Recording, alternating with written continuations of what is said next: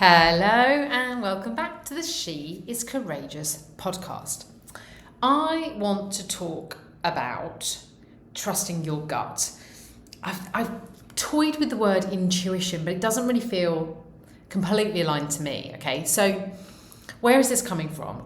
It's coming from something that I think we're all feeling right now. The noise. Business noise, strategy noise, social media noise, life noise. Everywhere you look, as a business owner, this is how I feel at the moment. Everywhere I look, someone is telling me how I should do this, do that, do the other to grow my business the right way. Everywhere there is like one person telling me how to sell in the not that I should be selling in the DMs and this is how I should do it.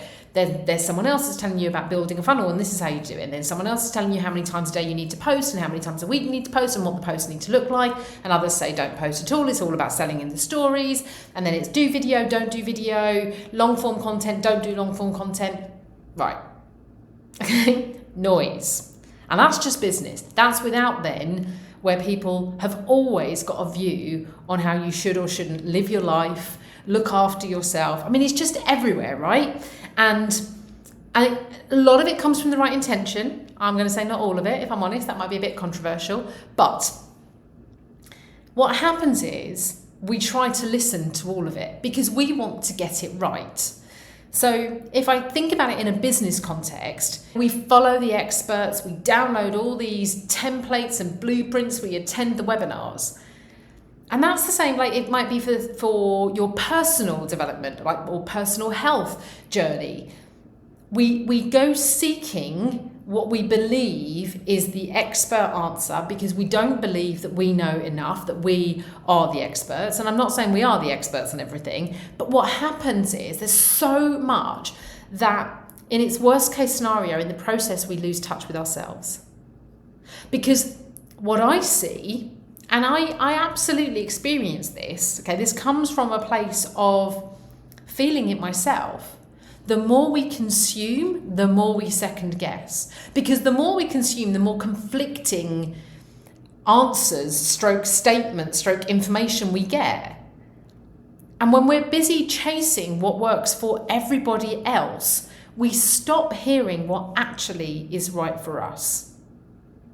Now, I hope this is making sense because this really, really matters. This is so important.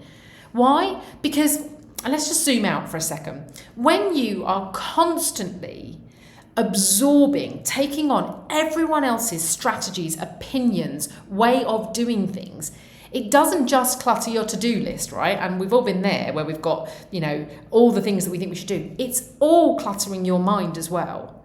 And when your mind is cluttered, you cannot, I've got the phrase that I use when I do retreats. I found this quote when I held my very first retreat. I was about day 2 of the retreat here in Dubai. And I found a quote, probably on Instagram. And it simply said this: when you give yourself space to simply be, clarity emerges for you to see. Now, the absolute opposite of that is confusion and chaos. And when we are in confusion and our mind is a bit chaotic, we hesitate. We question ourselves. In fact, we question our own instincts, which then means we delay taking action. Not because we're lazy, not because we don't know what to do. Well, actually, because we don't know which thing to do first. Because we're trying to make the right move. And what we find ourselves with when we do this, when we're absorbing everything around us, when we're taking on everybody else's view of what we should or shouldn't do, is there's so many right moves, apparently, we don't know which one to take. And I guess my message today, and this is a really difficult one because there's a really fine line, okay? Because absolutely, working with the right people, having people around you that have already walked the path you want to walk is really, really useful. And I say all the time, coaches have coaches. My coach is steps ahead of me on her journey. But success does not come from copying someone else's template, from copying someone else's journey. It can come from learning from their journey, but not necessarily copying it. It comes from building what fits you. It comes from taking steps, learning and building a path, building a story, creating a story that fits you and your values, your energy, your goals. I'm currently working with a group of collective members on a beta program based on the business personality quiz that I released some weeks ago now. And the whole point of that is about helping you understand yourself at the next level, helping you understand at your core, these are your strengths, these are your opportunities. Therefore, how do you leverage your strengths and leverage your opportunities to manage them better? Now, all of this requires one thing. I'm going to say actually two things. I talk about self-awareness all the time, but self-awareness is no good if you do not trust your own voice, your own judgment, your own gut, even when it feels quieter than all the noise around you, which is often. Now, let me give you a couple of real examples, my own, okay? So I'm going to talk to you about once when I ignored my gut, my instinct, my intuition, and once when I listened. And I'm not going to go into the ins and outs of everything because I like to keep these relatively short and sharp. But here's an example of ignoring my gut. I followed a launch formula that looked incredible on paper. I paid money for this formula to attend these classes, this course. It was an online program with a load of resources and templates. The person who sold it, and I want to be really clear, I believe that they had a multi-six-figure business. So I'm not for a second, this isn't one of those where I think it was a BS move, okay? I bought into it because I looked at her results and I could see that she had achieved what I was aiming to achieve. Her structure was proven, inverted commas. Her results spoke for themselves. She had what I believed I wanted. So I wanted that. So therefore I bought in, okay? Absolute trust. I bought in. This is what I'm going to do. I'm going to follow her formula. But here's the truth of what then happened. Something felt off. And what I mean by that is there were just too many moving parts. And I don't like to work that way. I work relatively simplistically. Okay, there was too little space for how I like to connect. So there wasn't real kind of personalized touch. But I was like, I've got to follow the formula. I've got to do this. I'm going to do this to the letter. So there was way too much automation and there just wasn't enough personalization. But I kept saying, just stick with it. Just follow. You know, you paid for this. She knows what she's talking about. Look, it's worked for her. Now, the truth of the reality was that I did follow this to the letter. And this is where I get a little bit frustrated with, you know, people say, if you follow my formula, I guarantee you. Well, actually, you can't, because I did follow it. And I'm not going to name this person because it's not on her. But what actually happened was I got frustrated. I was probably a little bit exhausted because it didn't work to my strengths. And I was so frantically trying to follow everything she was doing. And actually, that launch only just about broke even. Now, it wasn't because the strategy wasn't right in theory. It was because it wasn't right for me. Now, let me give you another example of listening to my gut. Not following someone else's formula. And believe me, I've invested in other people for a lot of reasons and very often for the right reasons, and it's worked. I'm not saying that you should never follow what anyone else is doing. I want to be really clear about that. But sometimes you have to notice. And I knew when I was doing this, I was like, as I was following this formula, and I probably knew before I bought it, I knew that actually I am different to her. She may have what I want, and she may be where I think I want to be, but she is very different to me. Here is the second example where actually I followed my gut. So I decided to do things a bit differently. I stripped everything back. I didn't have a sales page. I didn't do a massive campaign. This isn't always the right way either, right? But I had an idea for something and I wanted to see if there was legs in it. So I just put out a really simple offer. I shared it in a way that felt very natural to me, through stories, through conversations. I shared it on my email, but I didn't do a 5-day challenge launch into it. I just said, this is the idea if you're interested. Now, I am not saying this is the right way to do everything, but in this instance, it felt like the right way because I was unsure myself. I wanted to validate an offer. It's a bit similar to what I'm doing with the current Business Personality Lab that I'm running. Now, that program filled faster than not anything I've ever launched, but certainly was one of the most effective things I did that year. Now, there was a bit about timing, but that came with the fact that I was having conversations. So I was really listening. I wasn't so rigid with this formula. I wasn't paying, like with a formula, you can get to a place where you're not paying attention to what's going on around you. Now, I don't want to make this about whether you should follow a formula or not, The point here is this is about trusting yourself. It's about listening to yourself, trusting your gut. And we have to have a healthy dose of trusting our gut in our businesses too. But we're not taught to trust ourselves. We're taught to follow rules. We're taught to respect authority. We're taught to defer to the experts. So when someone online tells you they've cracked the code, of course you listen. But nobody's business is a copy and paste job. And let me be really clear, no one's life is a copy and paste job. And your intuition is a strategic asset to your business and your life. Your intuition is the part of you that already knows, but it's the part that we don't listen to enough. And if you keep ignoring it, it stays quiet. Because it hasn't been given a say for so long. It's almost like we don't know what to say for ourselves anymore. Self-trust, this is really what confidence is. Confidence, self-trust, it's a skill. And it gets stronger the more you use it. It's why I talk about confidence builds over time.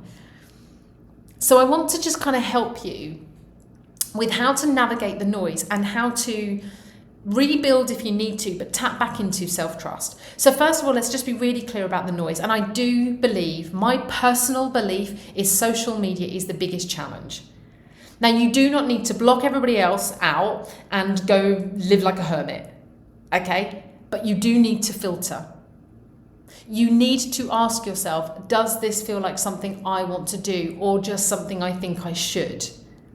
You need to ask yourself if things feel aligned with how you want to feel, how you want to be, how you want to work. And I think a really great question sometimes to ask ourselves is, if no one else's opinion mattered, would I choose to do this? Because the key is to use outside input as inspiration, but not always as instruction. Like really, really trusted input, absolutely, okay? We absolutely sometimes take another person's advice. But even in that moment of advice, does it feel like something you want to do? Is it aligned with how you want to work? Because let's be really clear, this is going in a number of directions, but I'm going to say it anyway. When people give advice, what they are saying is, what I would do is this. Very, very rarely is advice given in the spirit of, because it's you, you should do this. Even coaches who know that they don't give advice, but are sometimes asked to mentor, and this is coaches, and I do all the time, I absolutely sit on the line between coaching and mentoring. And sometimes I will say to a client, is it okay if I share an insight? Would it be okay to share with you right now something that I'm thinking that feels a bit more like advice? But I will also caveat with, what I would probably do is this. Outside input is inspiration, can often be guidance, but not necessarily instruction. Because blindly copying what someone else tells you to do, what someone else has done, rarely works. But taking a really great idea, adapting it to fit your strengths, your energy, your audience, your goals, now that's smart, and that's what you should be doing. Now let me just give you some practical tools to rebuild your own self-trust, okay? Pause before action. Simple, right? Don't make decisions in a reactive state. We've been talking a lot about this in the collective recently. Creating more space for the pause. Step back, let things settle, and give yourself a chance to pause before you take the next action. In that pause, check in with how it's feeling. If a decision feels heavy or pressured, it's probably not for you. If it feels, these words don't feel like they're right for me, but they may be right for you. If a decision feels kind of exciting, it feels expansive, stretching but expansive, even if a little scary, that's probably your signal that it's right. Check in with your body's response, okay? Intuition is often a physical response. Check in with how it really feels. Is it fluttering or is it sickening?